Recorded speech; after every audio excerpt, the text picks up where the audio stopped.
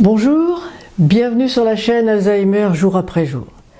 Dans les précédentes vidéos, nous avons vu la difficulté que représente l'accompagnement au quotidien d'une personne atteinte de maladie d'Alzheimer ou d'une maladie apparentée avec notamment des troubles de mémoire et parfois des troubles du comportement. C'est une contrainte, c'est un service quotidien, tous les jours, toute l'année, 365 jours par an, le jour, la nuit. Et c'est un facteur d'épuisement important.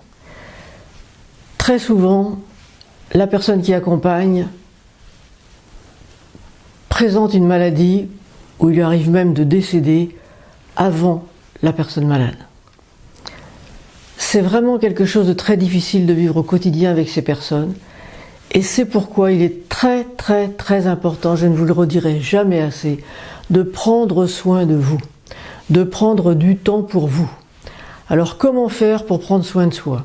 La première chose, c'est d'accepter de se faire aider. Combien de fois j'ai vu des épouses me disant « je ne veux pas de femme de ménage, je ne veux personne dans mes affaires » et puis quand je fais le ménage, ça me défoule. Ça me permet d'évacuer aussi une certaine tension. Certes, ça peut être vrai, mais on peut peut-être évacuer la tension d'une autre manière, peut-être plus agréable et moins physique. Donc je pense qu'il est important de se faire aider matériellement, prendre quelqu'un pour faire le ménage peut-être, prendre quelqu'un aussi pour tenir compagnie à la personne pendant quelques heures par jour ou quelques heures par semaine. Et pendant ces quelques heures, vous allez pouvoir partir. Peut-être continuez-vous à faire une activité que vous faisiez avant. Par exemple, vous faites partie d'un groupe de marche, vous faites partie d'un club, vous avez une activité quelconque, ou vous aviez l'habitude d'aller au cinéma par exemple.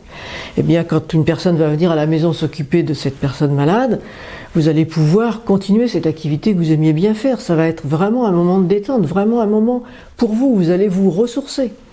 Et vous allez mettre entre parenthèses les soucis liés à la maladie et à cet accompagnement. Donc, premièrement, se faire aider matériellement, peut-être pour le ménage, se faire aider aussi pour les courses. On peut très bien faire livrer les courses à domicile. Beaucoup de petits magasins de quartier ou de grandes surfaces font ces livraisons à domicile pour un coût relativement modéré, ce qui libère aussi l'esprit. Prendre quelqu'un pour s'occuper de la personne malade, utiliser les structures d'accueil de jour pour ces personnes malades.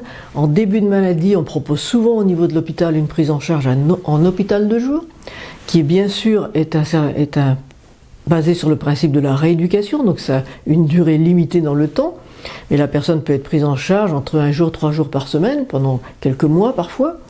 Puis ensuite, le relais peut être pris par un accueil de jour.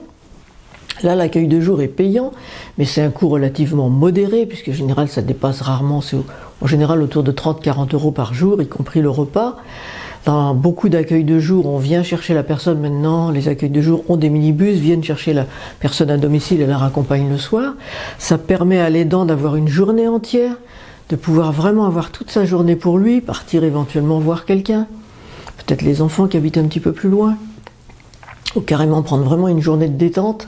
C'est pas la même chose d'avoir une journée entière que d'avoir 1 heure ou 2 dans l'après-midi où on est tout le temps en train de regarder sa montre.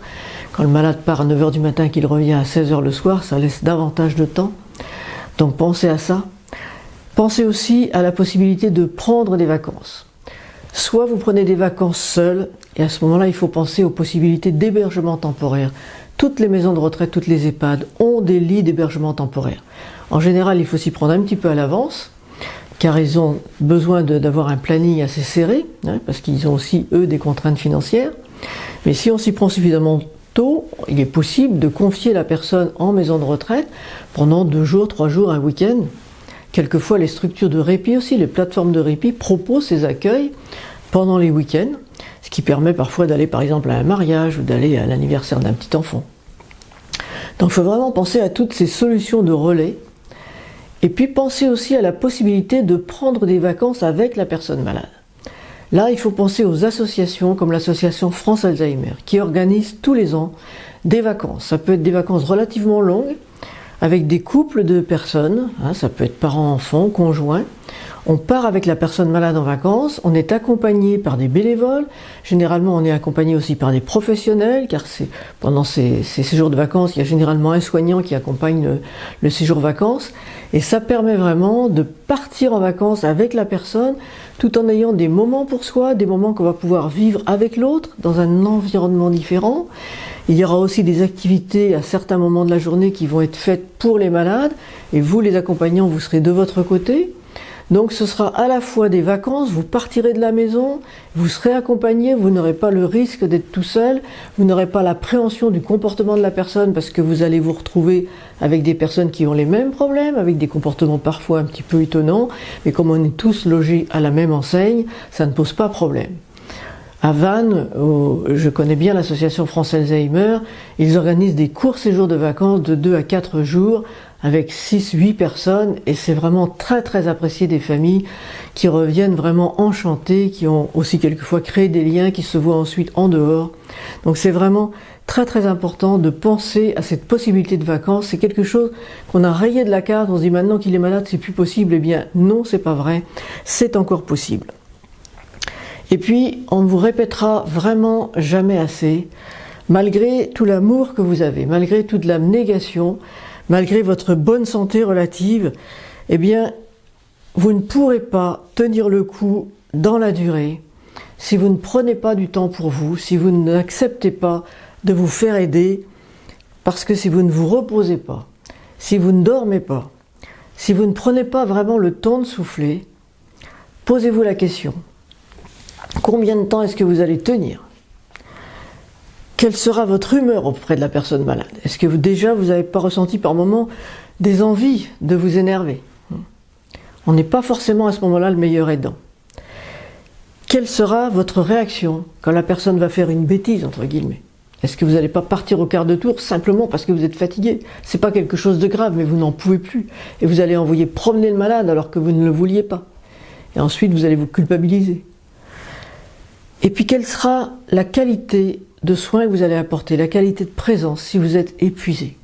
Quand on est épuisé, on s'énerve facilement. Et à ce moment-là, on ne devient plus forcément la meilleure personne pour aider. Il faut savoir passer la main. Je vais vous raconter le cas d'un monsieur. Je l'avais rencontré avant l'entrée de son épouse. C'était une dame qui était assez jeune, qui avait dans les 70 ans. Et c'était un couple très très uni. Et le monsieur était venu me rencontrer en disant... Peut-être qu'un jour, s'il m'arrive quelque chose, je vais faire une demande d'inscription en secteur de soins de longue durée. Et il avait inscrit son épouse, il était sur une liste d'attente, et on l'avait déjà prévenu une ou deux fois qu'il y avait une place qui s'était libérée. Il avait toujours dit non. En disant non, non, ça va encore pour le moment, ça tient la route, je tiens le coup, ça va. Et puis un jour, il prend rendez-vous avec moi, il vient me voir, et il était en face de moi dans le bureau, il me dit « Docteur, la prochaine place, cette fois-là, je l'accepterai ». Je le regarde et je lui dis « Qu'est-ce qui s'est passé? Qu'est-ce qui vous fait dire ça aujourd'hui ?» Il me dit « Voilà, je vais vous expliquer ce qui s'est passé. Je venais de terminer la toilette de mon épouse ce matin, l'autre matin. J'avais fini de l'habiller, j'étais en train de lasser ses chaussures, j'étais donc agenouillé devant elle. Et j'ai relevé la tête et elle m'a giflé. J'ai vraiment eu envie de rendre la gifle. J'adore mon épouse, il ne faut pas que je fasse ça. Donc je me rends compte que maintenant, il faut que je passe la main.